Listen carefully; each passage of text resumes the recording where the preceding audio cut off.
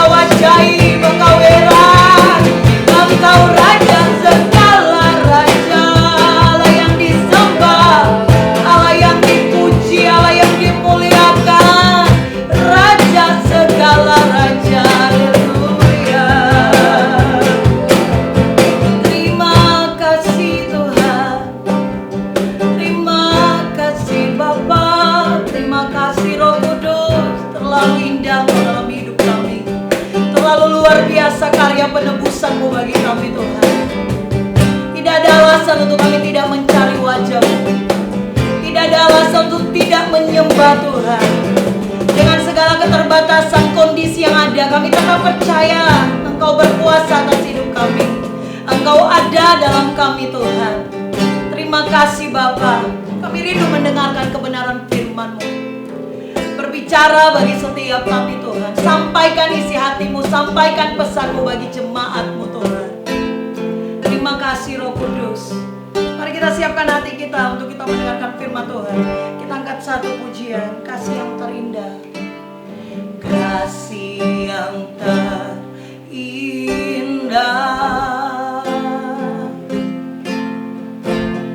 hati yang mulia,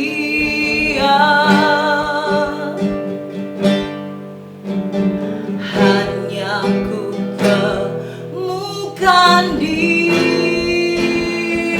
dalam-Mu, Yesusku. Pujian dari hatiku selalu di setiap waktuku. Tiada pernah berubah kasih-Mu, karya terbesar, karya terbesar dalam hidupku. Pengorbanan-Mu yang selamatkanku. Engkaulah harta yang tak ternilai, yang ku miliki dan ku hargai. Yesus, Engkau ku kagumi, karya terbesar, oh, karya terbesar dalam hidupku. Pengorbanan-Mu yang selamatkanku. Engkaulah harta yang tak ternilai, yang ku miliki dan ku hargai. Yesus, Engkau ku kagumi. Yesus, Engkau ku kagumi. Yesus, Engkau, amin, ku kagumi.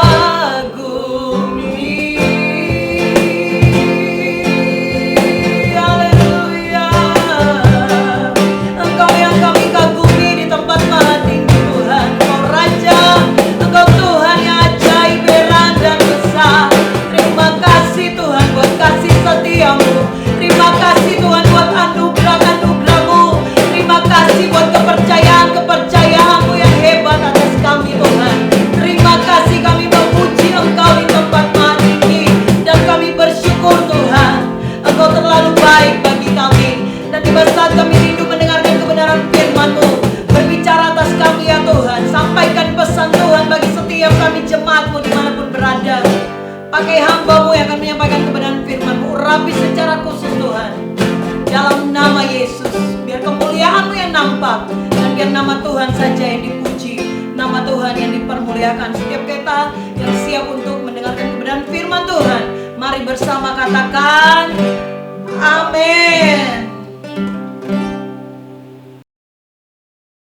Shalom saudara yang dikasihi di dalam Tuhan. Selamat hari Minggu dan selamat merayakan Paskah bersama di tahun 2020. Dalam kesempatan ini, dalam kondisi yang masih terbatas dan online, kita akan merenungkan firman Tuhan di hari Paskah yang luar biasa ini dengan tema kebangkitan Kristus yang menjadikan segala sesuatu baru. Kebangkitan Kristus yang menjadikan segala sesuatu baru. Dan saya ajak saudara membuka Alkitab saudara di dalam 1 Petrus 1 ayat yang ketiga sampai yang kelima. 1 Petrus 1 ayat yang ketiga sampai ayat yang kelima yang berbunyi, terpujilah Allah dan Bapa Tuhan kita Yesus Kristus, yang karena rahmat-Nya yang besar telah melahirkan kita kembali oleh kebangkitan Yesus Kristus dari antara orang mati kepada suatu hidup yang penuh pengharapan, untuk menerima suatu bagian yang tidak dapat binasa, yang tidak dapat cemar dan yang tidak dapat layu, yang tersimpan di dalam sorga bagi kamu, yaitu kamu yang dipelihara dalam kekuatan Allah karena imanmu, sementara kamu menantikan keselamatan yang telah tersedia untuk dinyatakan pada zaman akhir. Amin. Saudara, bicara Paskah atau Pesak adalah perayaan yang besar dari zaman dulu sampai hari ini.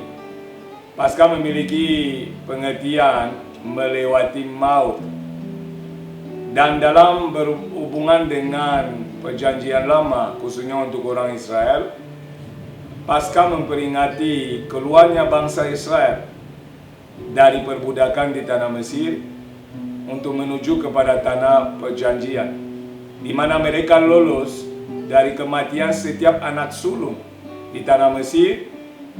Oleh karena Tuhan perintahkan mereka untuk menaruh darah anak domba binatang di ambang pintu setiap rumah demi keselamatan mereka. Dan di dalam Perjanjian Baru, bicara Paskah berbicara tentang kebangkitan Tuhan Yesus Kristus. Oleh karena tentunya Dia telah mati lebih dulu, maka kelahiran Yesus, kematian Yesus, kebangkitan Yesus yang kita rayakan hari ini, termasuk kebangkitannya maupun pencurahan dengan Roh Kudus di bumi ini, adalah rencana Tuhan yang sempurna dan tidak dapat dipisahkan satu dengan yang lain.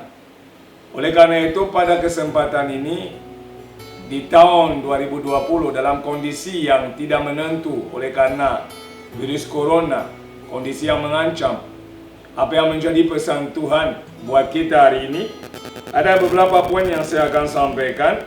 Apa saja yang dijadikan baru oleh kebangkitan Kristus. Karena judul perikop kita atau judul khotbah kita berbicara tentang kebangkitan Kristus yang menjadikan segala sesuatu baru. Yang pertama yang saya temukan, bahwa oleh kebangkitan Kristus, saudara, kehidupan kita telah dijadikan baru. Oleh kebangkitan Kristus, kehidupan kita telah dijadikan baru. Ayat 3 tadi berkata, terpujilah Allah dan Bapa Tuhan kita Yesus Kristus, yang karena rahmat-Nya yang besar telah melahirkan kita kembali oleh kebangkitan Yesus Kristus dari antara orang mati kepada suatu hidup yang penuh pengharapan. Jadi dengan jelas dikatakan ada kata kita dilahirkan kembali, atau yang kita kenal dengan istilah lahir baru. Ternyata kebangkitan Kristus daripada orang mati atau dari dunia orang mati telah memberikan kepada kita kehidupan yang baru, kelahiran yang baru. Kenapa demikian, saudara? Karena kehidupan yang lama yang kita miliki adalah kehidupan yang sudah rusak oleh karena dosa. Kehidupan yang dikuasai oleh dosa.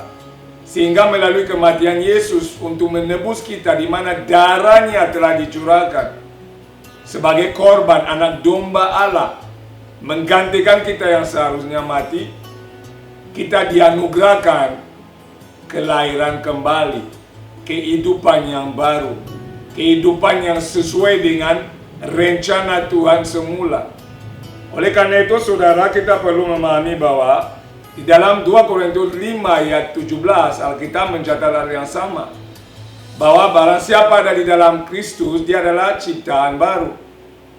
Sesungguhnya yang lama telah berlalu dan yang baru telah datang. Artinya yang pertama yang dijadikan baru melalui kebangkitan Kristus adalah kehidupan kita. Kehidupan yang rusak dijadikan kehidupan yang berkenan kepada Allah. Oleh karena itu kita patut sangat-sangat bersyukur karena Allah oleh karena kasih dan rahmat-Nya menganugerahkan kepada setiap kita, tentunya melalui iman. Ayat 5 tadi katakan, melalui iman dianugerahkan kehidupan yang baru, kelahiran kembali. Maka kita disebut ciptaan yang baru. Dan oleh karena itu kita patut bersyukur karena kematian Kristus maupun kebangkitannya tidak sia-sia buat kita yang percaya.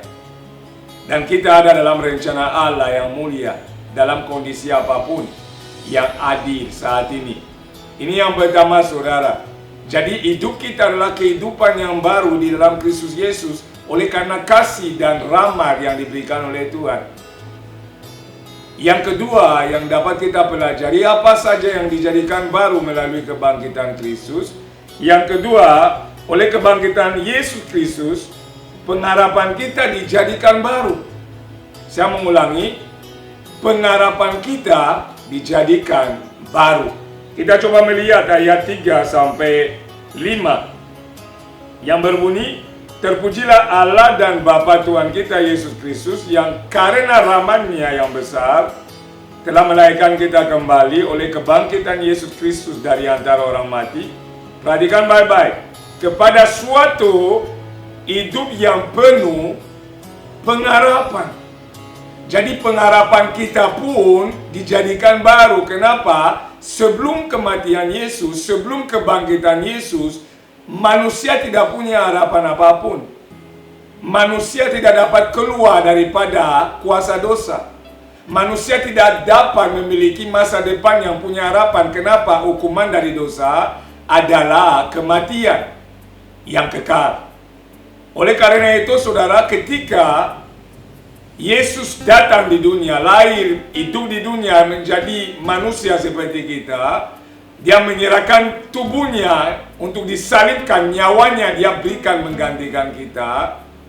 Itu tujuannya mendatangkan pengharapan yang baru bagi kita. Maka ayat tadi berkata hidup yang penuh pengharapan, bukan sekedar hidup yang baru yang disediakan, tetapi di dalam hidup yang baru itu ada pengharapan yang besar yang Tuhan sediakan bagi kita, umat-Nya yang percaya kepadanya di dalam Kristus Yesus.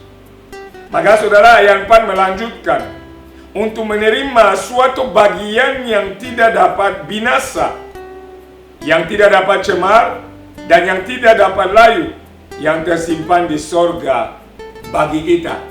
Ya, artinya pengharapan kita bukan lagi tentang al-al duniawi, bukan lagi tentang al-al daging, bukan hanya lagi tentang al-al sementara, tetapi pengharapan yang Tuhan berikan adalah pengharapan yang berhubungan dengan keilahian. Pengharapan yang berhubungan dengan kekekalan. Maka di sana dikatakan yang tidak dapat cemar. Maka bukan sekedar memberi suatu rumah yang baru, bukan sekedar memberi suatu jabatan yang baru, bukan sekedar memberi uang yang banyak, tetapi Tuhan datang memberi pengharapan akan hidup kekal yang setiap manusia harapkan. Pengharapan kita pun telah dijadikan baru di dalam Kristus Yesus. Maka Paulus berkata dengan jelas kalau kita baca di dalam Alkitab, bahwa siapa yang akan melepaskanku daripada kehidupan ini atau dari kondisi ini. Di dalam Roma 7 ayat 24 dia berkata, aku manusia celaka. Kenapa celaka? Karena hubungan dengan perbuatan atau hukum Tuhan tidak dapat menolong. Perbuatan kita tidak dapat menyelamatkan. Sehingga dia berkata, aku manusia celaka. Siapakah yang akan melepaskan aku dari tubuh maut ini? Dia nggak bilang apa yang akan melepaskan aku dari tubuh maut ini. Tetapi perhatikan baik-baik. Dia berkata, siapa yang dapat melepaskan aku daripada tubuh maut ini? Siapa artinya satu pribadi. Dan pribadi ini tidak lain adalah Yesus Kristus Tuhan, yang telah hadir di bumi, yang telah memberi dirinya untuk disalibkan, yang telah mencurahkan darahnya yang kudus untuk memberikan suatu pengharapan yang menjawab pertanyaan Paulus tadi. Di dalam Yesus Kristus, kita dilepaskan daripada tubuh dosa ini. Kita dilepaskan daripada hukuman kekal dalam kematian.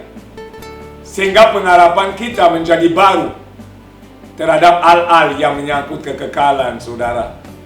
Maka saudara, dalam Paskah kali ini, dalam kondisi yang sedang terjadi dengan virus corona sekalipun, kita tidak perlu takut atau khawatir. Karena apa? Saudara, pengharapan kita bukan di dunia ini. Kita hidup sementara di dunia ini, tetapi Alkitab mencatat kita bukan berasal dari dunia. Karena poin pertama tadi, kita telah dilahirkan kembali, dilahirkan dari atas, dilahirkan oleh Tuhan sendiri. Sehingga pengharapan kita pun menjadi baru. Pengharapan kita mulai terfokus kepada hal surgawi. Inilah yang kedua yang dijadikan baru oleh kebangkitan Kristus, yang dapat kita renungkan pada Paskah kali ini. Yang ketiga yang dapat kita renungkan bersama, apa yang dijadikan baru oleh kebangkitan Tuhan kita Yesus Kristus. Yang pertama tadi adalah kehidupan kita telah dijadikan baru, kita dilahirkan kembali. Yang kedua adalah pengharapan kita dijadikan baru, sehingga bukan sekedar hal sementara, kita mulai mengharapkan kehidupan kekal dan semua yang menyangkutnya. Yang ketiga, oleh kebangkitan Yesus Kristus, pelayanan kita dijadikan baru.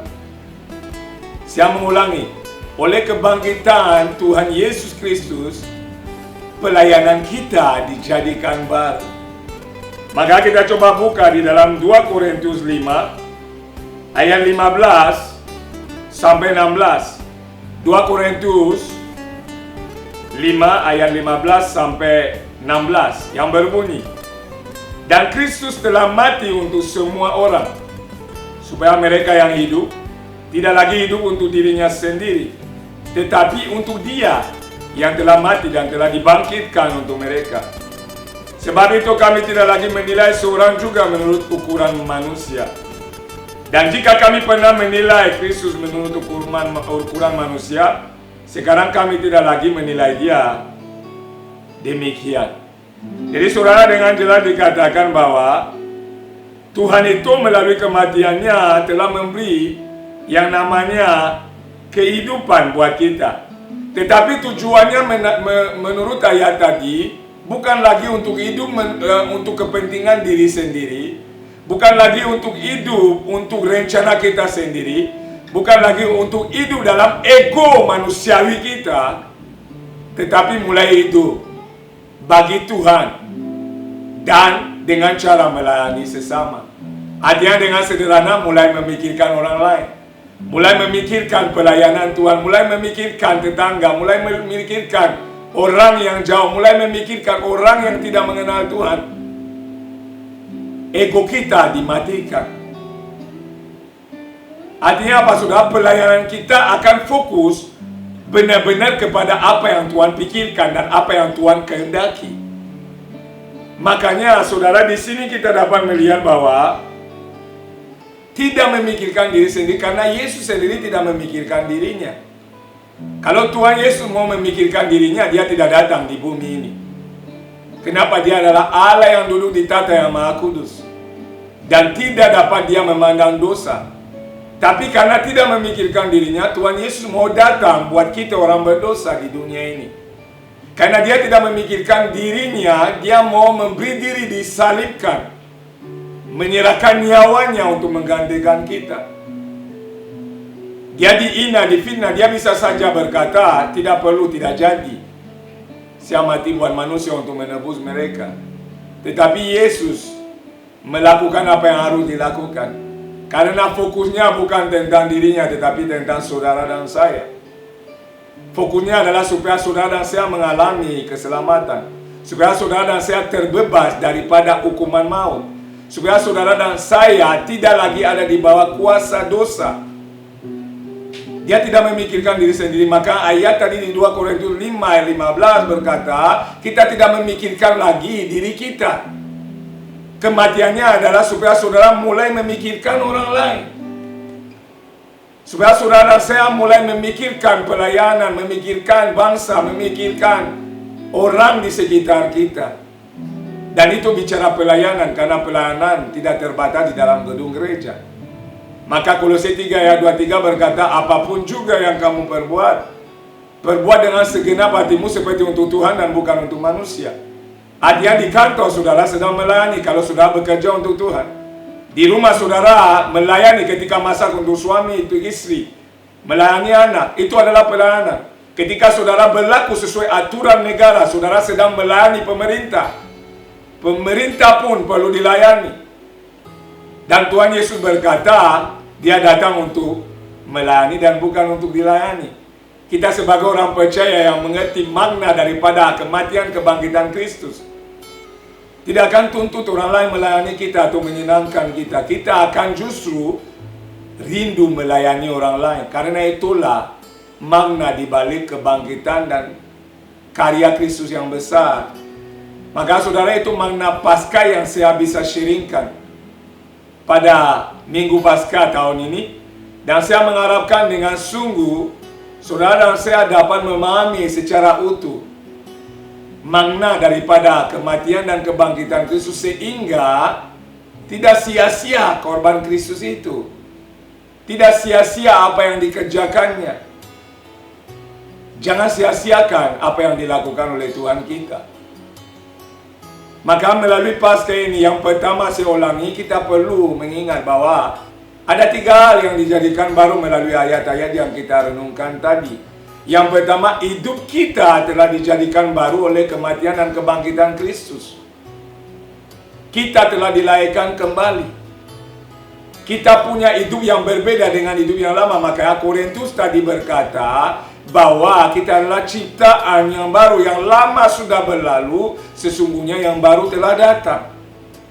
Yang kedua, kita punya pengharapan pun diperbarui. Ada banyak orang yang mengharapkan menjadi menteri, mengharapkan bisnis lancar, mengharapkan hal-hal duniawi. Tidak salah.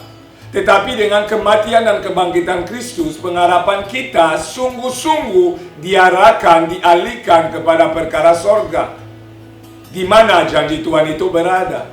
Dan itu berhubungan dengan keselamatan, bukan sekedar untuk hal-hal yang jasmani. Yang ketiga, kita dijadikan baru. Yang ketiga itu adalah saudara pelayanan kita yang dijadikan baru. Jadi apapun yang kita lakukan dasarnya akan dengan pikiran Kristus. Maka dikatakan di ayat tadi 16 di 2 Korintus 5 bahwa kita tidak memandang lagi orang lain dengan ukuran manusia. Kita tidak lagi menilai orang dengan mata jasmani. Tetapi kita mulai menilai orang dengan cara Tuhan memandang mereka. Kita mulai menilai orang dengan kasih Kristus yang telah mati dan bangkit bagi mereka. Inilah makna Paskah. Dan itu yang kita harus pahami. Dan bukan sekedar memahami, tetapi menjadi pelaku. Kalau sungguh-sungguh kita mengimani bahwa Kristus telah mati dan bangkit buat kita, maka bersyukurlah bersama. Dalam kondisi yang ada, kita tetap beribadah kepada Tuhan. Kita tetap memuliakan nama Tuhan. Kita tetap memuji Yesus yang telah mati bangkit buat kita. Karena dia layak terima pujian. Saya menyatakan selamat Paskah kepada saudara. Dan tetap semangat, jangan gentar, jangan takut. Andalkan Tuhan, percaya dia sanggup menolong saudara.